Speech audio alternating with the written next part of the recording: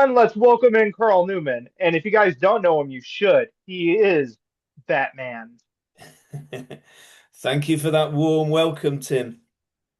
Well, it's a pleasure to have you on the show. As everyone knows who watches my channel, the few subscribers that I have, I'm a massive Batman fanboy. Well, that's fantastic. And, it's great that we've discovered one another. Yep. Well, you actually discovered somebody tagged you on my Facebook post about all the collective autographs I have. Yeah. And, it's always nice to let the fans know that there's these photographs and various things out there, which I'm very proud of. And the fact that I not only did the filming, but I was actually given another fantastic opportunity by the press department, which was to be involved in a lot of the photographic shoots and publicity. So that was just fantastic to have that. And what came from that, of course, was all these amazing pictures that you see, which get featured in the documentaries and various things like that. Well, from what I can look up and see, you did the most iconic shots in the movie. In fact, my favorite shot is Batman standing by the bat signal at the very end of the film. Oh, that's wonderful to hear. And there's been quite a few people saying that about the bat signal sequence, and just blown away by having that opportunity. I mean, I'm very much embedded in the film, as you probably know, but to bookend the movie with the opening and the ending is surreal in its own way. So what was it like working on the set?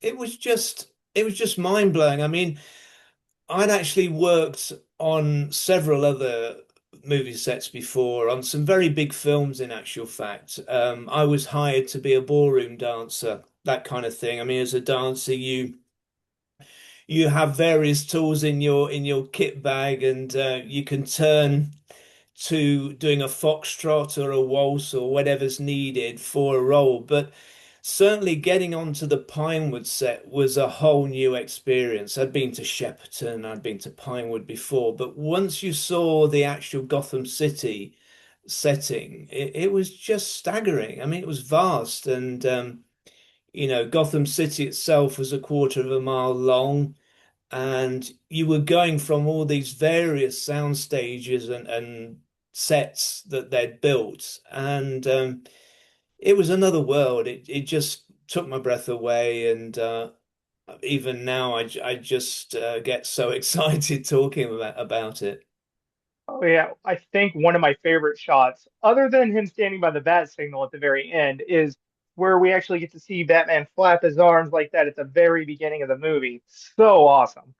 Thank you, thank you. I mean, having again these opportunities which Tim gave me, and I'd never worked. That particular shot didn't have the Kirby wires, but the landing shot did. So having again the scope to use these special tools and effects that were there was just everything to me, because dancers are people that put their bodies on the line, very much like the stunt people, which I was verging on anyway. I mean, the Axis Chemical rooftop sequence was definitely stunt territory, but we're very, very committed as performers, putting our body on the line, and I would just do anything really that was thrown at me by Tim. So whenever he said, "Look, Carl, want you for this," and he explained what he wanted, and I could show him my sort of thoughts and my contributions, if you like. It was just everything. So I'm so pleased you love that shot. I know again a lot of the great fans out there have connected with me and said how much they love that, because that was very fluid, which was kind of my hallmarks, and making it, they did slow it down, but again, it's getting that precision, the way you're doing it, that whole dancer thing, but finesse and elegance, that like a bat, really. So that was just wonderful. So what was Tim Burton like? he was just the greatest guy. He really was. He was someone I didn't know a great deal about. He was this very up and coming young visionary director, but he was on the level, you know. I must say that most people are very, very kind, very nice, but he just had everything. He was so easygoing. He was very supportive. He gave you time for you to, you know, show what you could bring to the table. But he was very encouraging, and right at the very end, he thanked me profusely for what I'd done for the film, and you know, so I was just enamored with him. Well, it's a very iconic film. To me, it's one of the greatest Batman movies. I put it equally on equal pairs with Batman and Batman Returns. So, Yes, yeah, I think you know, we're very fortunate that we had the two, aren't we?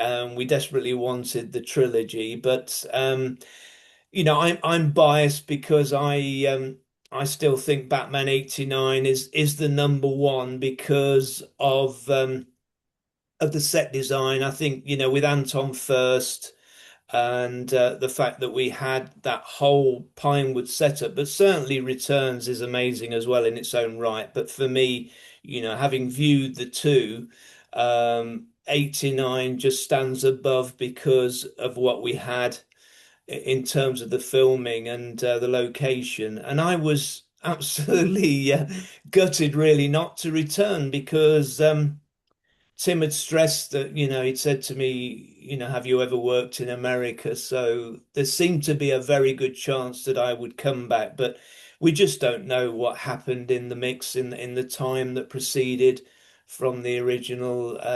As we know, there's politics, there's all these constraints with various things. So mhm. you know, if someone had said to me, look, Carl, you can do 89 or returns, I would have always gone for 89. Well, 89 was the Batmania season. I mean, you just couldn't go wrong. I wasn't around for it, but my grandfather and my brother were, and they said when it was out, it was just huge everywhere. Yeah, I It, mean, it was huge as we know in the States, and to be honest with you, it was very big in the UK. And I couldn't understand, you know, when I'd done what I'd done and the fact that I was doing all this publicity, that I didn't get sort of involved more on that side of things. But again, that the world works in mysterious ways, but certainly feeling that sort of frenzy and hype was staggering. I mean, I remember going to a restaurant with the crew jacket that the goon jacket, the crew jacket that Jack Nicholson gave me, and people were sort of clamoring towards me, and they could see the Batman logo and the Joker badge there, and they were just quizzing me about the whole thing. So it was just everywhere. it was a big deal. I mean, I know in 92 it was huge, and then it all kind of gotten a little warped when Joel Schumacher took over, God bless him, but I just didn't care for those movies as much. No, so a different sort of iteration, wasn't it? You know, with the Joel Schumacher and subsequently then as well with the other films. And yeah, I think we always realize that there's going to be these differences, you know, in the filmmakers and the cast and everything else. But I still believe, and it's not me being biased, but you know, I still believe that the 89 had that darker gothic element, which was, you know, brilliantly executed by the whole team, you know, at Pinewood. And you know, when you've got someone like Anton First that kind of meshes together so well with Tim Burton, um, you know, and I just feel as well for me that the suit is more organic. I mean, Mhm. each to their own. I mean, we always respect and appreciate other people's opinions, but for me, the returns was more sort of deco. It was more sort of streamlined and sculpted, which was brilliant. But I personally prefer the organic 89, that sort of um, Grecian Roman sort of body armor. that we know was a challenge to work in, but for me it still stands up. Was it painful not to be able to turn your neck? No, not for me. And again, I was someone that just welcomed that opportunity. And, it was like a straitjacket. It was like being bolted in literally because of the way that the cape fixed to the plate under the insignia. And also the fact that the cape was pulled down very tight and glued on. But no, for me, I think it was only right at the very end that my body said, "Oh, that's great. Now we can have a bit of a break." But really, I just didn't want to get out. I mean, I would have just gone on and on and on because I loved it so much. I mean, the whole vibe, being around the Batmobile or being around Jack or having Michael, all the actors very close quarters to me, watching everything if I wasn't involved. No, I just relished every moment. I had heard Jack was a blast on set too. Oh, he really was. I mean, he just lit up the whole area, that kind of energy and charisma. And I always thought he would do because he's one of my favorite actors anyway. He was a family favorite from the films that we watched him in, and so powerful and so enigmatic. But yeah, he just had this great sense of humor. So I was around him a lot, and I used to just chuckle so much when he came out with these classic sort of lines as well, off screen. Yeah, I heard that like this is what I had heard anyway. He would irritate some of the cast because he would just improv and it would throw Michael Keaton off. Yeah, I mean, but then that's the skill of someone. If you can improvise, that just shows the breadth of your talent because improvisation is really quite difficult. Some actors like to stay very much to the script. I mean, we've got some great directors in this country, the Mike Lees and these kind of people that don't rely so much on the script. They like the actors to really improvise much more. And I think that's brilliant. Yeah, I mean, sometimes you need to stay with it, but then also it shows, an organic sense, a sense of being a little bit more adventurous, out of the box. So I thought that was brilliant that he was like that. What was some of your favorite scenes to film? Oh, so many. I mean, the bell tower will remain one of my absolute favorites because of that sort of motion I could create with the cape. And I think for me, to be given a longer sequence where, you know, I came out of the trapdoor and then there's a lot of me moving throughout that area.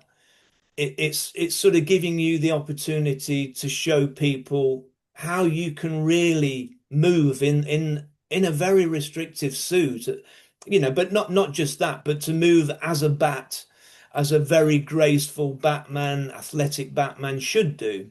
And I still think for me that stands the test of time. I mean, fans have told me very kindly that no one's ever created my kind of fluidity since. I mean, Michael Uslan has kind of congratulated me for what I've done, but that will certainly stand up. And then, things like jumping into the Batmobile. I mean, that is not easy. I mean, the whole idea of me being brought in was to add this seamless kind of effortless way that nothing was a struggle. That that's what Batman would do. He wouldn't be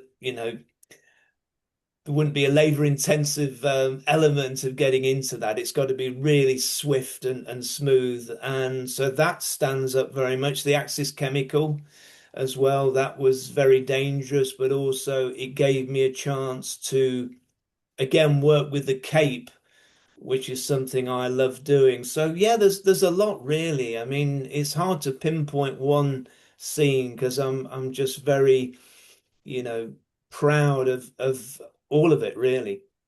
Oh, I could listen to the whole thing. You can keep going. Yeah, I mean it's I think that there was this kind of territory with you've got the stunt guy, you've got the martial arts guy, you've got me, you've got Michael, and it's dovetailing all this. And I think at times, I felt that Tim wanted to use me even more from what I'd already done, which was quite, quite substantial. But I think it was that thing that he had to kind of make it fair. And obviously, there's the skill sets within those frameworks as well. Um, but I just felt very satisfied anyway with what was there because they were my specialist areas, even though I did, as I say, verge into the stunts with the Axis Chemical. But I think what made it even more grand for me was, as I say, having the opportunity to work with this string of brilliant photographers. I mean, especially Herb Ritts and Murray Close, were just, I mean, I was thinking, I just missed out on working with a brilliant British guy called Terry O'Neill. I don't know how I missed him. I know he did a great one of Tim standing on the Batmobile. And he's sadly no longer with us, and he's done some incredible work over the years. But then I think to myself, well, come on, Cole, you work with Herbert's Murray, so you can't really complain. I mean, it was actually four photographers, I think it was in the finish that I worked with. So very, very privileged in that way. And of Would you course, ever? let's not forget, I taught the goons how to do mime. I think there's a lot of people that don't know that Oh, or realize that the mine guy. That yeah, was the mime guys, yeah, the Vinnie Ricorso assassination scene. I mean, that's when, again, as a dancer, or a performer, you're just dying for someone to say to you, "Oh, can you do this?" or can you help with this or whatever? And when they found out that I had more strings to my bow, Derek Cracknell, the first assistant director, said, "Look, Carl, could you teach the guys how to do mime?" So I said, "Yeah, yeah, please let me do it." And so we went into a mirrored studio. We went through these very kind of exaggerated movements, but that's what they wanted anyway. And that was fantastic to have that opportunity as well.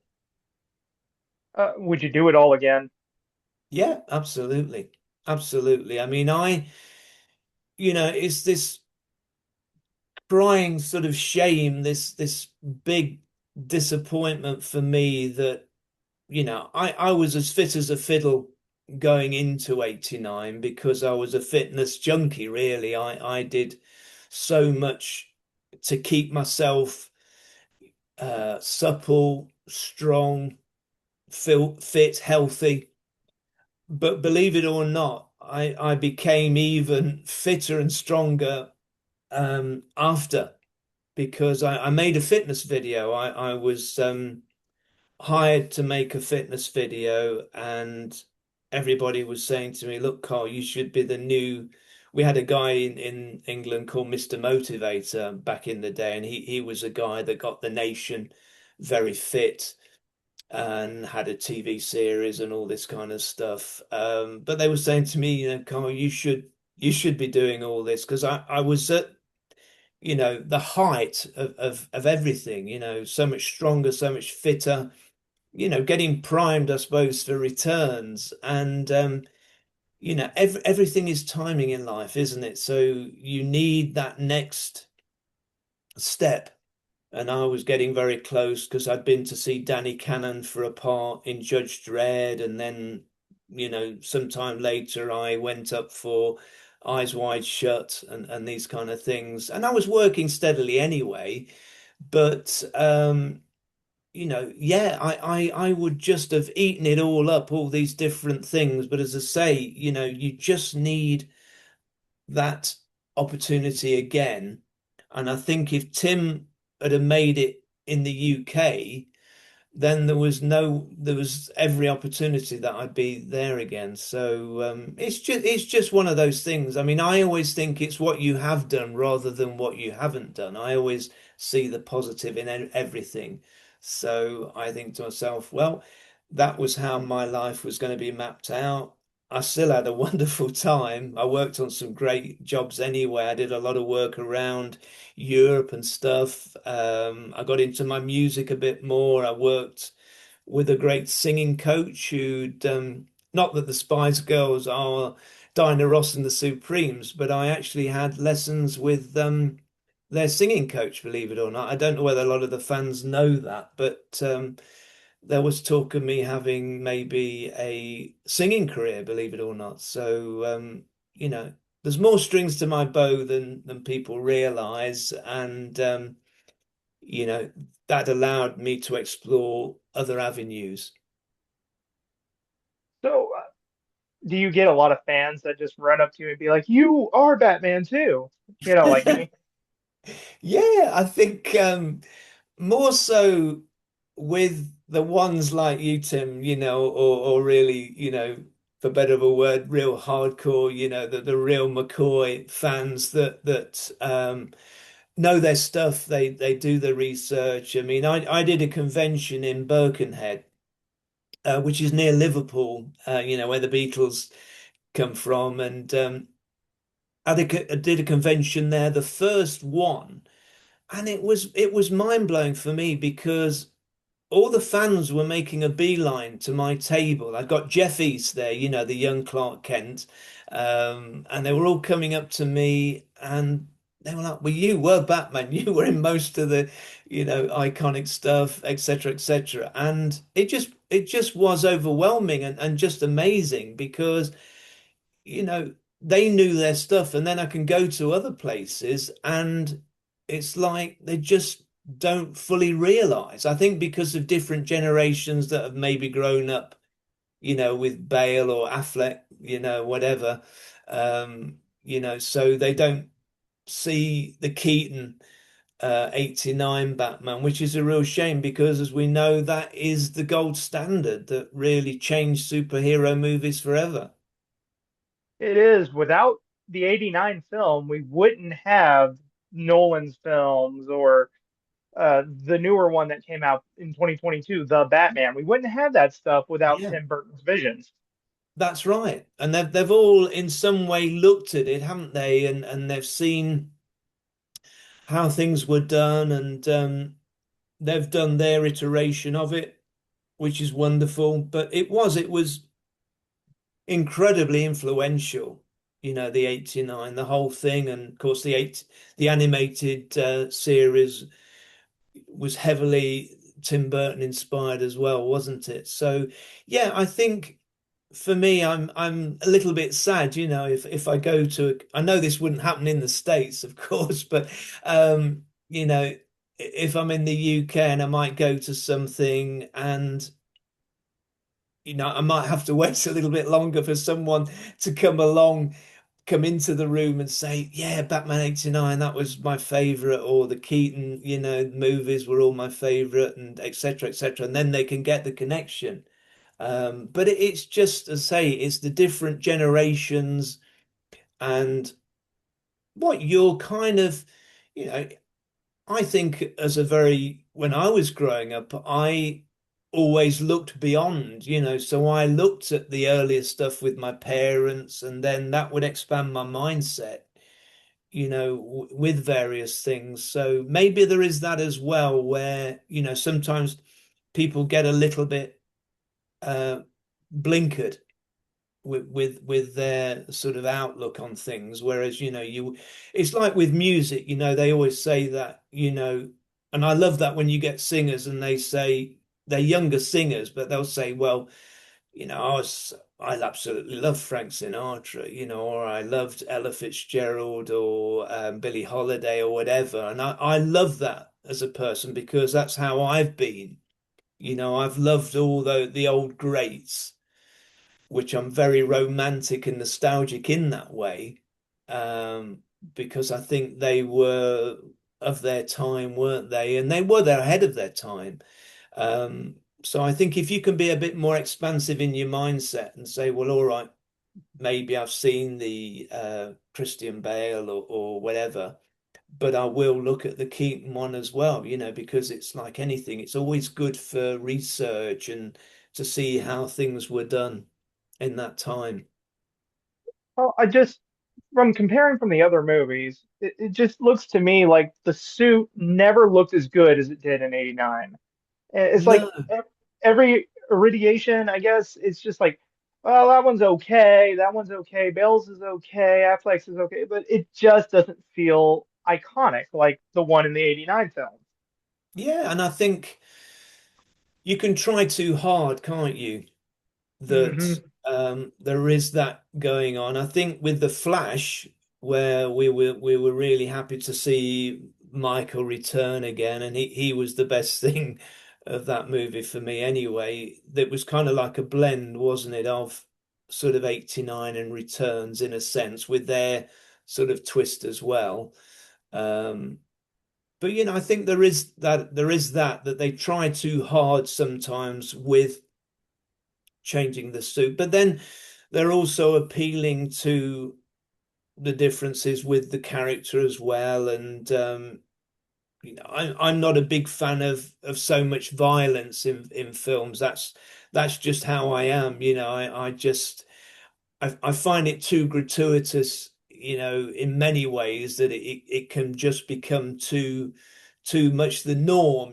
So I think you ideally you want to be able to balance some of that. We realize there's going to be the light and shade in films, but I didn't know whether with the Affleck, it just became like, just beating the pulp, the stuffing out of criminals all the while. Whereas I'm very much a person that loves a balance in a character. So if you've got Batman or if you've got Superman or if you've got Spider-Man, whatever. Although we know with Batman, he doesn't have the superpowers like the other ones. But I like to get that balance of the finesse as well, so that you can have a bit of that, but then you can see him flying or do something athletic or bring in those other facets and qualities of the character. And that's why I think 89 was one on its own because it had all of that. I mean, we're not just saying it just to be sore or sour grapes, but I think we will never ever see the likes of that type of movie again because it was of its time, but also very unique, all the skills coming together to create a Batman like you've never seen. And you're correct on that. I mean, they've tried many times to make a Batman movie, and none of them feel like they did in the '89 film. The closest that we get to is the animated series. Yeah, yeah, and I think where I've seen it in fan films as well is that it's like get Batman in the gym and he's like going bananas, pumping iron all the while. That is not what it's about. Yeah, I pumped iron, I still do weights and things now, but you need more than just getting a massive physique in my feeling anyway, is that and this is what I experienced when I was going and having acting workshops. I'd had a very good teacher back in the day as well, and I used to go to acting workshops. I worked with some brilliant people, but I always saw that in the Actors Centre in London that they were saying, look, as an actor, you want to be doing more than just acting. You want to be doing yoga, you want to be doing dance, you want to be increasing your skill set because you get all that bulk on your body and you've got no flexibility, or unless you keep flexible. But the balance is toning is very good, but don't get too much bulk so that you can't actually move, because otherwise what I've seen is that a lot of it looks very wooden, it looks very labored, and like Bruce Lee. I mean, why was Bruce Lee so brilliant? He was toned beyond belief. He was shredded. He was ripped to shreds, his body, but he had the most amazing flexibility.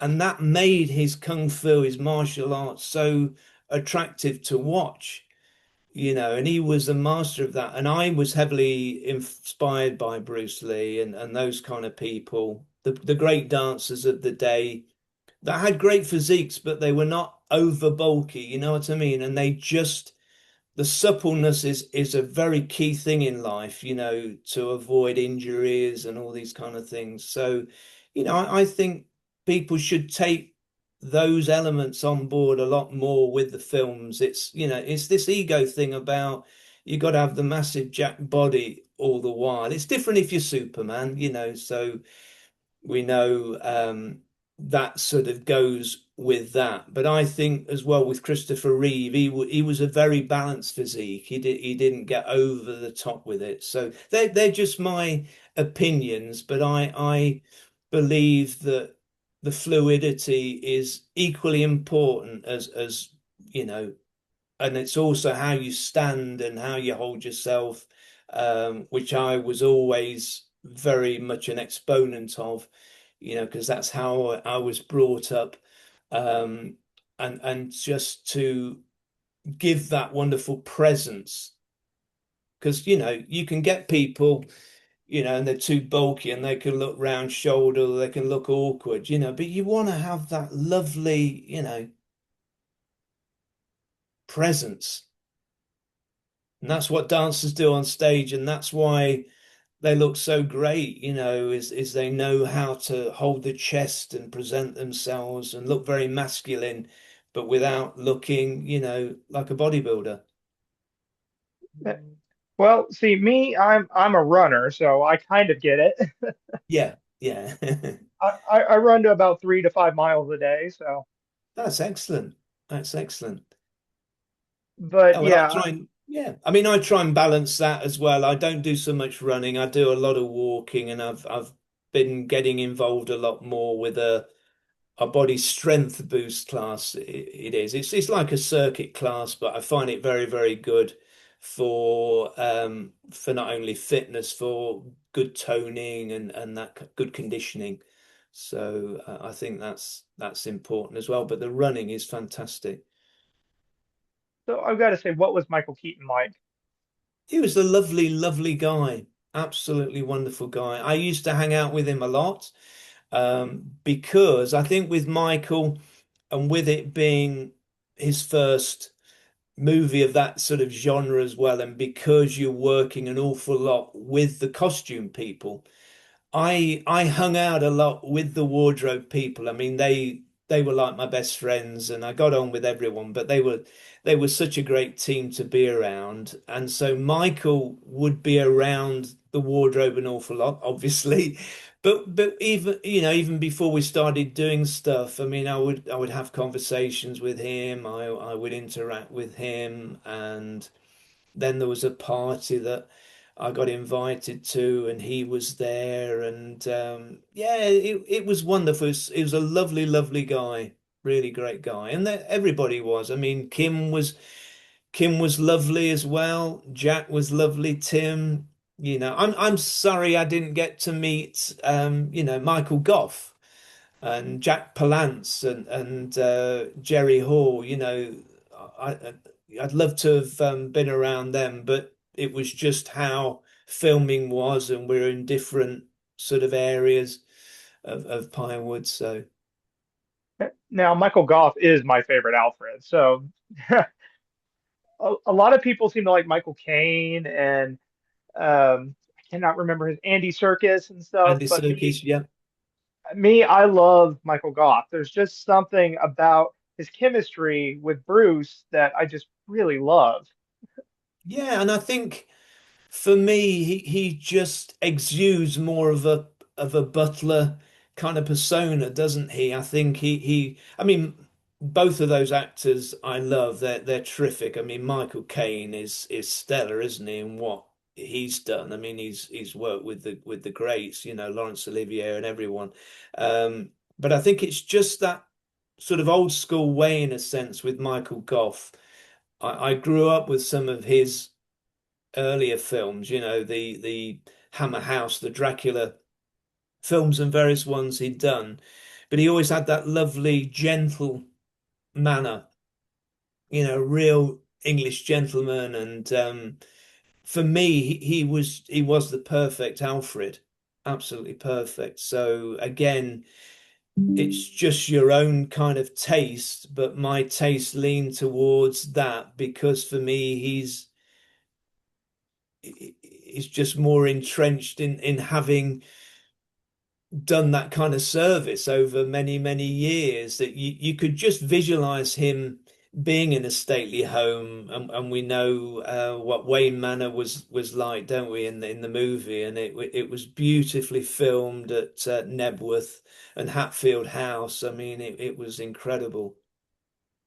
They even John Jackson Miller even kind of continues on his legacy in his books, if you've ever read his books, which are Yeah. fantastic.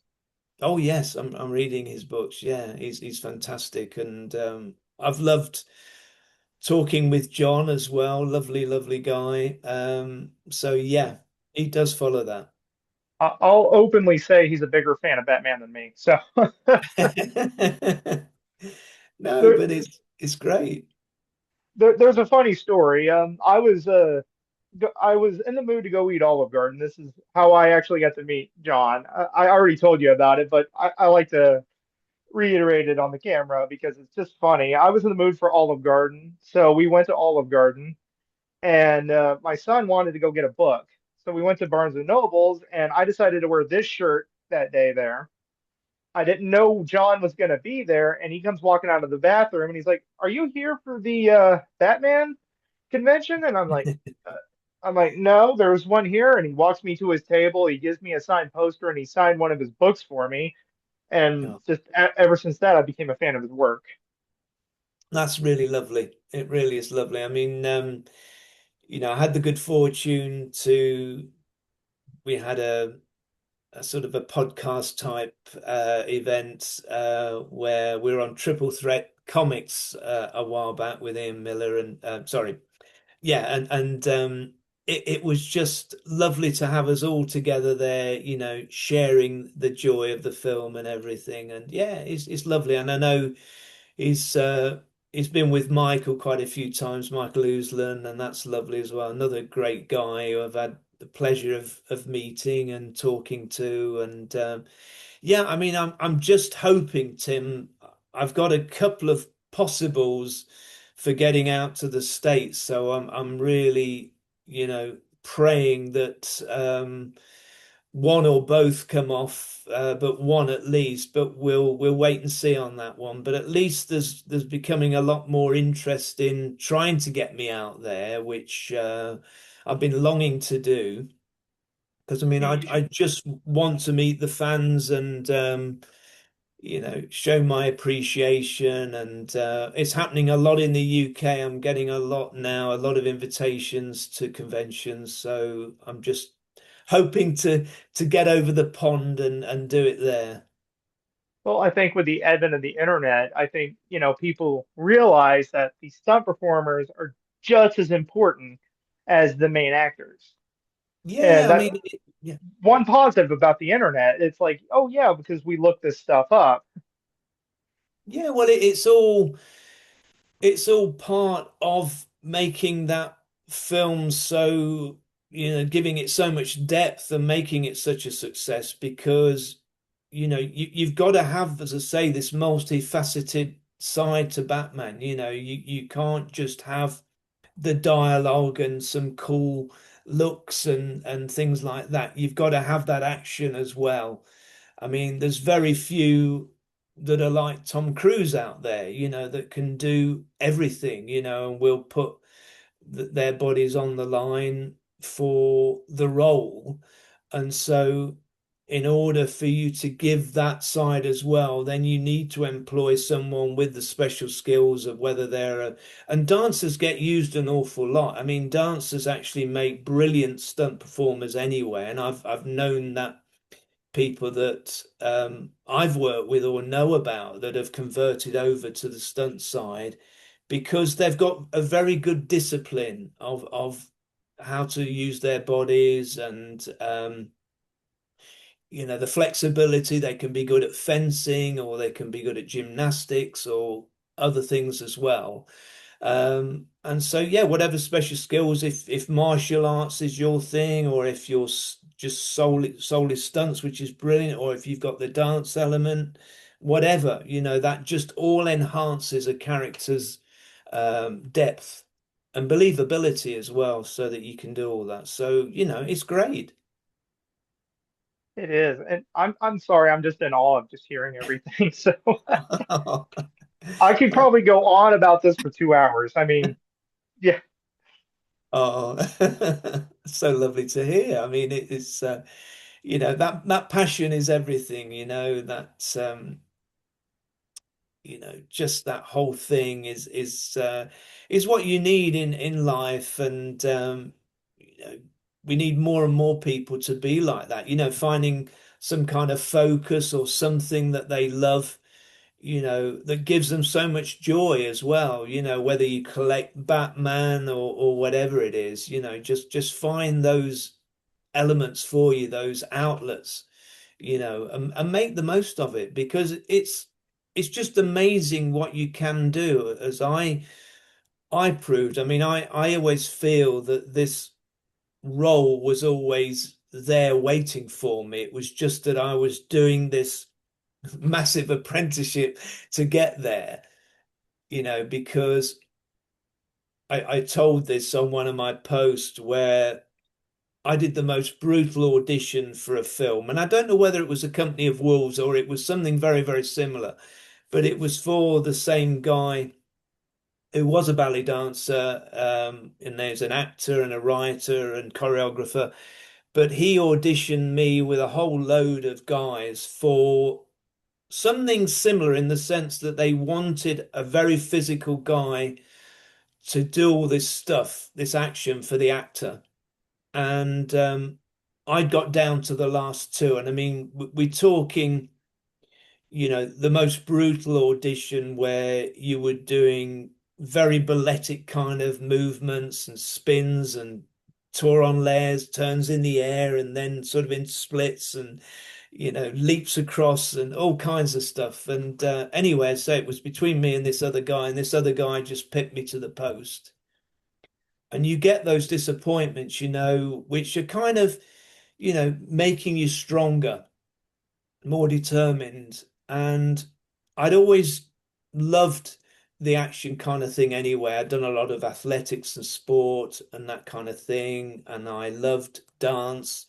So it was just almost like waiting for this amazing opportunity. And when Tim Burton realized he knew he just didn't have what he wanted with Michael and the first stunt guy, he realized, it's just not fluid enough still. It's not got that extra finesse and athleticism that I need. So, of course, then I got the call, which was just, a dream come true. So, I had to still get it, but the fact I could go along and try the costume on the subsequent casting, and then meet Tim and sort of show him what I could do, that then made it all so real. And the fact I was there such a long time as well, it just was everything to me, I because it heard. allowed me to use my skills, which were there, I'd honed over so many years. And, and also I was the kind of guy that, you know, loved having some freedom, some artistic freedom, which Tim gave me. So he allowed me to, put in my ideas and things, show him what I could do or what I thought. So those kind of things it is once in a lifetime, really, in many, many ways, unless you're someone who is very, very lucky. But I would take that job over 50 other, small jobs or even more. You know what I mean? It's just that had everything for me. And because I like photography as well, and I love working with a stills camera as well as a film camera. So that all fed into my kind of appetite of loving those opportunities. And in a way, you kind of do get immortalized into film.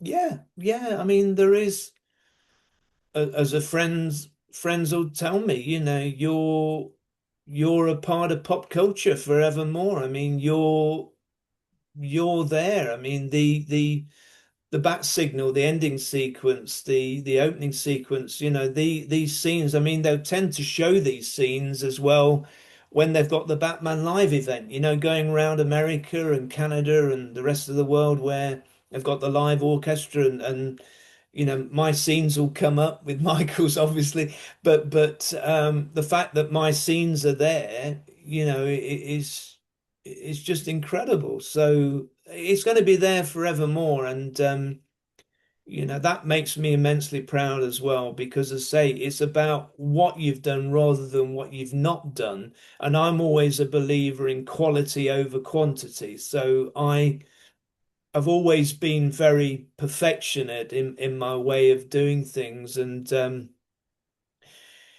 so those kind of things to think, in our opinion, and with many, many others, the 89 is the best Batman movie of all time and will remain so, then to me that thinks, well, I'll take that and I'm very happy.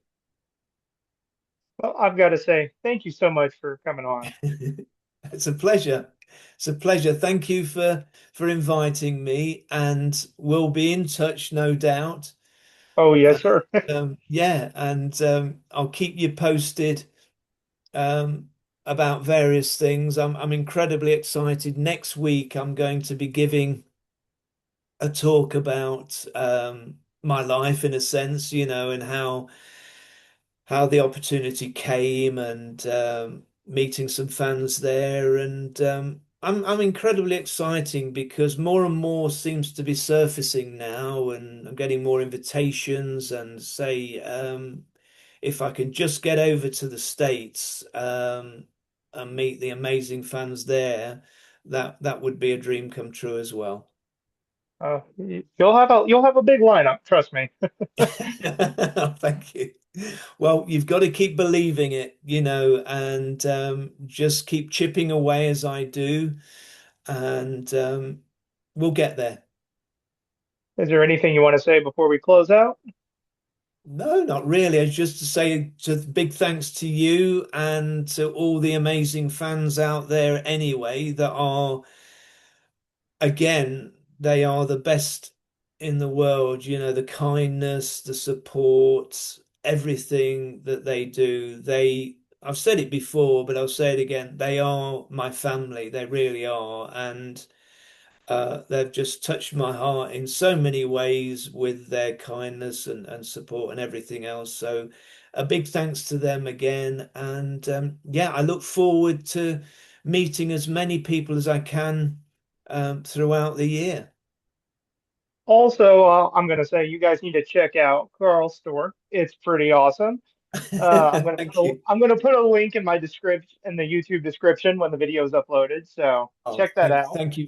Thank you very much. I mean, that again is something, that I'm immensely excited about. I've had these great people that have supported me, and Steve Spice, who helped me with the website. It's just there's so many great artists to mention. Cole Watkins, Howie Noel, Dennis Baptiste. The great photography from Shane Hicks, etc., etc., etc. Just amazing uh, people that have done so much to help me. So thank you for that. But yeah, definitely go and check out the Ballybat Cave on the Threadless site. Some of that artwork is incredible. Thank you very much.